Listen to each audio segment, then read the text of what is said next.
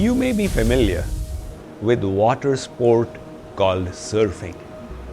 In it, surfers stand on flat boards and easily ride the turbulent ocean waves. Likewise, Vedic scriptures present us with a powerful tool for riding our negative emotions, thereby neutralizing them. This tool is called Sakshi Bhav or witness consciousness.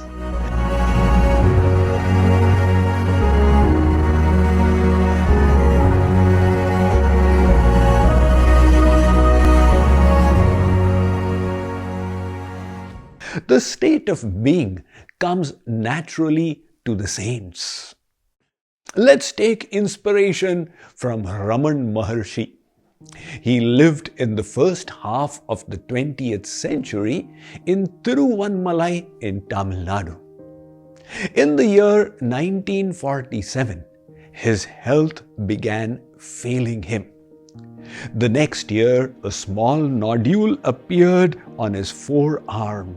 Seeing it grow, his disciples called a surgeon from Chennai who diagnosed it as osteosarcoma, a very painful form of bone cancer. Surgery was required, and when Ramana Maharshi was taken to the operation theatre, they told him they would have to make him unconscious with anesthesia. He said, "That will not be necessary. Please do the needful." The doctor instructed his anesthetist to stand by, and the moment he began screaming, the injection was to be given. But the whole procedure was completed, and Ramana Maharshi remained calm. Later, the doctor asked him how he did it. He said, "Just as the nurses and the attendants were watching, I was also witnessing the surgery." This was an extreme case of Sakshi Bhav, witness consciousness. A similar incident happened in the life of my spiritual master, Jagadguru Sri Kripaluji Maharaj. He was in Kolkata for a program when his appendix burst. Now, ordinarily, this would have been life-threatening, but he just continued with his evening engagements and morning programs as if nothing had happened. 2.5 days later, he complained to his satsangis of a pain in his abdomen. When he was taken to the hospital, the doctor was shocked. He said, "Our medical science has got no explanation for how you are continuing to live." It was decided that an immediate surgery would be conducted. When the anesthesia was given, nothing happened to Maharaj. After 4 injections, he found the medical staff speaking in worried tones. He asked them what happened. The doctor explained that they needed him to be unconscious, but he was not responding to the anesthesia. Maharajji said, "How many hours do you need?" They said, "The surgery will take 6 hours. He said, "I'm going to sleep and I'll wake up after 6 hours. Do ensure it's complete by then." He went off, apparently to sleep, but in a state of complete witness consciousness, and got up after 6 hours. So these saints were masters in the art of witness consciousness. Let me read about this state from my latest book, The Power of Thoughts.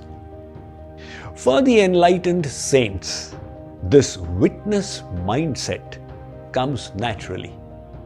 They do not need to tell themselves that they are not the body, and the mind. They are already situated on the platform of self-realization. Hence, they can easily surf bodily and mental sensations. We too must strive to reach that level one day, but our practice will have to start at the beginning. We must learn to become a witness to any harmful thoughts that pop up in our mind and purposefully dissociate ourselves from them. So where do we begin this practice? From the understanding apareya mitastvanyam prakritim vidhi me param jiva bhutam mahabaho yayadam dharyate jagat. Arjun, Sri Krishna announces in the Bhagavad Gita, beyond this material energy is a superior energy of mind, which are the eternal souls. So we souls are neither the body nor the mind. This knowledge enables us to create a distance between our negative emotions and ourselves. Whenever a bad thought pops up into our mind, we can immediately go into Sakshi Bhav and say, oh, my mind is creating mischief. I shall not associate with this thought. The beauty is that the moment you distance yourself from those negative thoughts, they lose their grip upon you. It's just like people go to visit the zoo and there are ferocious creatures which are so delightful to watch. These creatures are not harmful because they are behind bars. And if they were released into the open, the zoo would become a terribly dangerous place. Likewise, we do not need to succumb to the influence of the negative emotions. We can merely accept the existence of such thoughts created by the mind, but refuse to associate with them through the practice of Sakshi Bhav. Let's take inspiration from Dada Vaswani, who was the spiritual leader of the worldwide Sindhi community. This good-natured, simple-minded saint was the champion of vegetarianism and animal rights. He was invited in the year 2000 to the World Millennium Peace Summit of religious leaders organized by the United Nations. After his talk there, his disciples said, "Dada, you were so eloquent today." He said, "Yes, I was also listening." What an amazing statement. He was witnessing as the grace of God poured forth into him, making him say wonderful things. This witness consciousness in the diluted form has become famous in the world as the process of mindfulness, which is an entry-level tool into spirituality. Beyond that is the Sakshi Bhav and so many other tools in this Vedic scriptures that we shall be discussing in this series on the power of thoughts.